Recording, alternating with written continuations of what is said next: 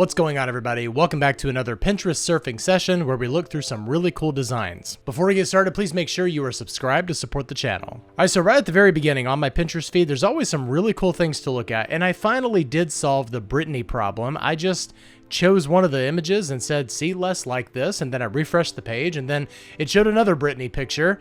Sorry. And so I did it again, and lo and behold, there are no more Britney pictures. So we'll see what happens as we move forward to see if there are any other Britney Spears images that pop up randomly. You save one pin, and Pinterest thinks that all of a sudden you are very interested in Britney Spears. It was a cool picture. Nothing further beyond that. All right, so the very first thing that caught my eye was this Duual Lia poster. I really hope I'm saying that correctly. I don't listen to Duual Lia. But what was interesting about this design, let's open this in a new tab right here.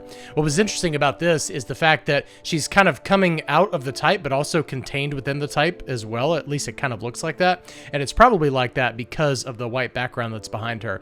But what's going on is you've actually got her coming out of the letters right here, but also being contained inside of this A. So the way that you go about doing that, I've actually done this before, if I can remember correctly. What you do is you actually mask her inside of these two shapes right here, and then you create another layer from that same layer where she is, and then you just simply put it on top of the D right there. So you would isolate that D layer on its own, and then you actually have that part of her that's actually coming out and going over the D, and she is both inside and outside. So it's really a cool illusion that's happening here. If you want me to show you how to do this, let me know down in the comments below, and I'll be happy to make a video about it. All right, there was one that I looked at yesterday, so let's open up a new tab, and I'm gonna look at the ones that I've saved.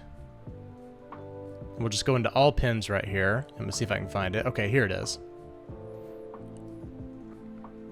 So this right here was an interesting one, how you have all these different shadows going on right here, and you've got different shadows and different layers. I really like this poster overall. It has a very Swiss feel to it, but I don't know if I'd necessarily call it Swiss design, but it does have that hierarchy of different text sizes and everything, where you've got the big, large, giant letters and then the really teeny tiny letters. You've got a really good balance there. But I just love this repetition. That's one of the fundamentals of design. And then also the shadows, the textures that are going on here. I feel like we've really moved away from seeing different things like shadows. We've seen it in web design and then print, and it was just kind of hanging around for a while, and then everything just went really flat and boring. And I feel like we're finally getting back to this. Now, of course, this is July 14th through the 18th. I don't know what year this is from, but overall, it is a very cool poster. And what's really interesting about it, this has got something that's fairly unique. You usually don't see barcodes on posters, so I don't know what's going on with that. I don't know if that actually works. Maybe it takes you somewhere. I don't know.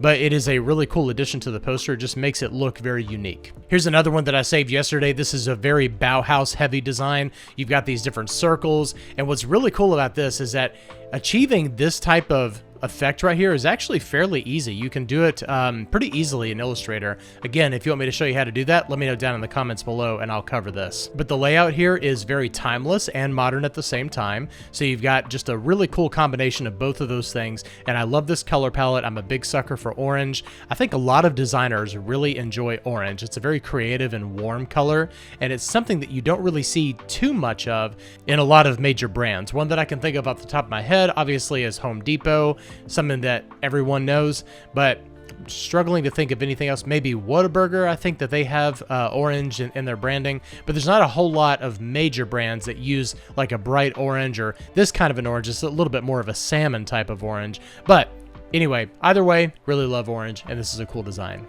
All right, let's go back to our homepage here and see what we can find.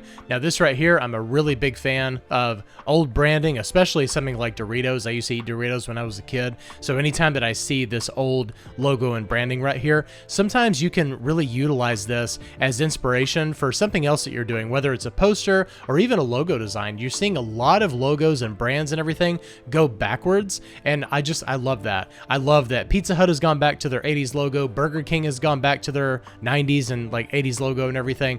I really wish that Pepsi would go back to the logo that they had in the 90s. I'm a huge fan of that branding. But this right here, Doritos, there's something about this that just says fun to me. And that's one thing that I think that so many brands are missing now, especially like the biggest offender out of all of them is McDonald's. McDonald's used to be this magical restaurant that you would go to and, you know, have food that's Obviously very, very bad for you, but it was so much fun to go to and like, you know, play and everything, and you'd have the playground and everything. Now it feels like you're having a burger in a dentist office. So I just wish we could go back to fun. I think that that's something that's really missing, not just in design and branding, but just in general. Can we get back to having fun, please? Let's just go have some fun. All right, let's continue on with our fun on Pinterest. Here's a classic Bauhaus. I've covered enough of that type of Bauhaus before, so we're not going to go too deep into that. I feel like we're really going down here. Here's another one. I've done something similar to this in the past where you try to make like a like an ad that looks like it's actually from the 80s and 90s, but this is a really cool piece for inspiration if you want to try to do something like that. I remember doing something very similar to this in design school, but we used Pepsi as our ad. And we actually worked with the photography students and we collaborated on a project together. I thought that was a lot of fun, and I actually found a lot of value in that. I wish it was something that we did more often, but it was a really great learning experience, kind of learning how a photographer's mind works and the photographer learning how a designer's mind works. So if you're looking to nail that 80s and 90s aesthetic, then definitely look at real ads from that time. Don't type into Google 80s, 90s aesthetic, because what will come up is a modern version of 80s and 90s aesthetic, but that's not actually what it looked like. This right here is one of my favorite memes that actually captures this perfectly. This is not what the 80s look like. This is what the 80s look like. All right, let's see what else we have here. I'm going to see if we can find something that is a little bit more unique and something that we don't really talk about too much on this channel. This right here is interesting, and I feel like we've kind of moved away from things like this. The early 2010s were really heavy into textures and different types of opacities and everything, and I actually really enjoyed this era. And if you want to make something that's a little bit more on the retro side and a retro to the early 2010s, then do something that's very similar to this. This is something that's fairly easy to achieve in Photoshop. All you have to do is put some layers down on top of each other and change the blending modes around. So let's take a look at what we've got here. We've got this like grainy type of paper texture, and then we've got this layer that's actually blending with the two right here. So it's probably, I'm gonna guess, overlay or maybe even multiply or darken, and it's just sitting on top of that layer, and so it's actually allowing part of that two to shine through. It's not entirely covering up, and it's helping to really give some dimension here. But this is something I feel like you don't see too much of anymore. You don't see a lot of shapes that are layered with each other, especially with blending modes, especially not in this particular style. And I feel like a lot of that has to do with branding principles. And what a lot of designers will do is they'll confuse the two. So what'll happen is they'll say, no, we need something that works as one shape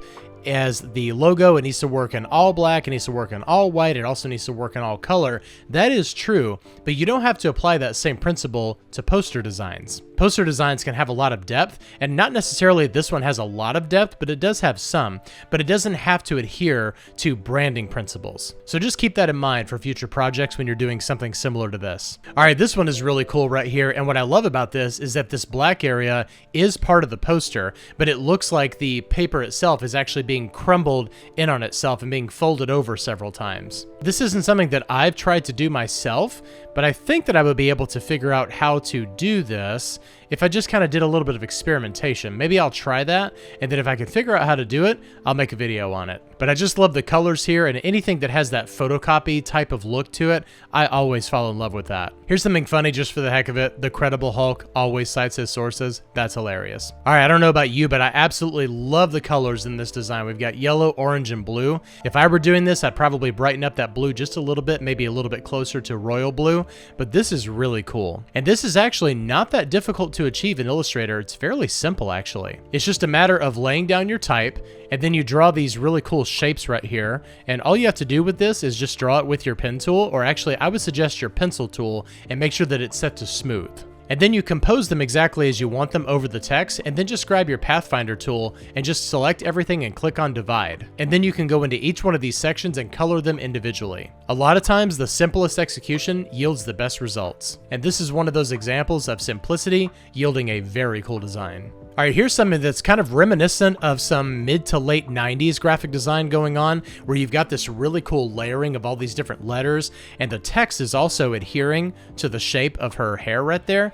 This is really cool. I'd actually really like to try something like this. It's actually very similar to a risograph, so I'll probably pin this and come back to it for a future video. But I love all the different lightness layers that we've got here. Her hair is obviously darker than the rest of the image of her, but you've got the lightness of the jacket right here, but you've also got the layering of the letters and how those darker areas are showing in here. You've got an overall texture that's on top of this, so it kind of looks like maybe like a faded Polaroid or something like that. But I would imagine putting together something like this would be a lot of fun. All right, I can't remember if I've talked about this particular one in a previous video, but this is just so cool. It's one of those things that really captures your eye. Even though I saw it in a very small thumbnail on the Pinterest page, I was immediately drawn to it because I knew what it was even from a distance. And it's just a combination of squares and one circle and a little bit of text in the bottom left. And this is a perfect example of something that is designed to grab your attention and let you know immediately what it's communicating before you even read what the event or poster is trying to communicate. This is for an Ask Me Anything, so it's probably like a Q&A session for somebody,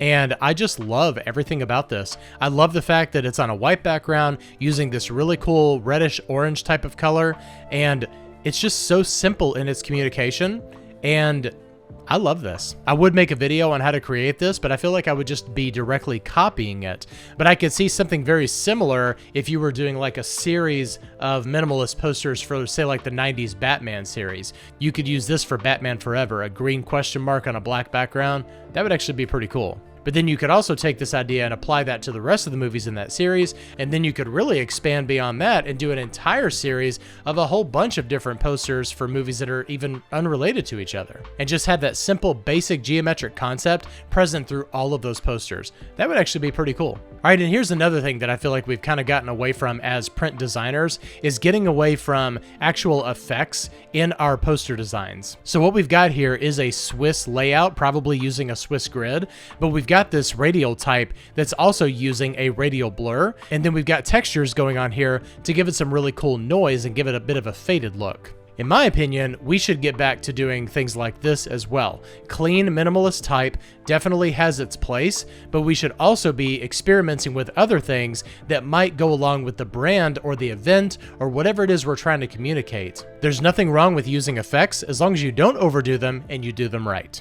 And this poster is a great example of that. All right, here's something that I swore I would actually try one day, but I still have not actually tried this. This would be so much fun to try to recreate. But I love posters that have this really extra sense of dimension that are going on here, and it looks like you're inside of a room, and we've even got like a little doorway going right here. You know, it looks kind of like maybe a garage or something. Obviously, that would be very small for a garage, but you could make this into a landscape poster and actually make it look more like a garage. In fact, you could use the song In the Garage by Weezer as inspiration for doing something like this. Maybe I'll do that. Of course, I'm assuming that this was created in Illustrator. It could have been created in something else. But despite what it was created in, I love it and it's awesome. All right, we'll end this video with a little bit of inspiration. Trust your ability, and as you can see, the word try is actually highlighted here. One of the best pieces of advice that I can give when it comes to graphic design is to experiment. So just keep on experimenting, keep on trying. If there's something that you're trying to do, let me know what it is and I'll be happy to try to help. Thank you for joining me in this Pinterest surfing video today. If you like this video, please like, share, comment, and subscribe to support the channel. Thank you so much for watching, and I'll see you next time. Bye-bye.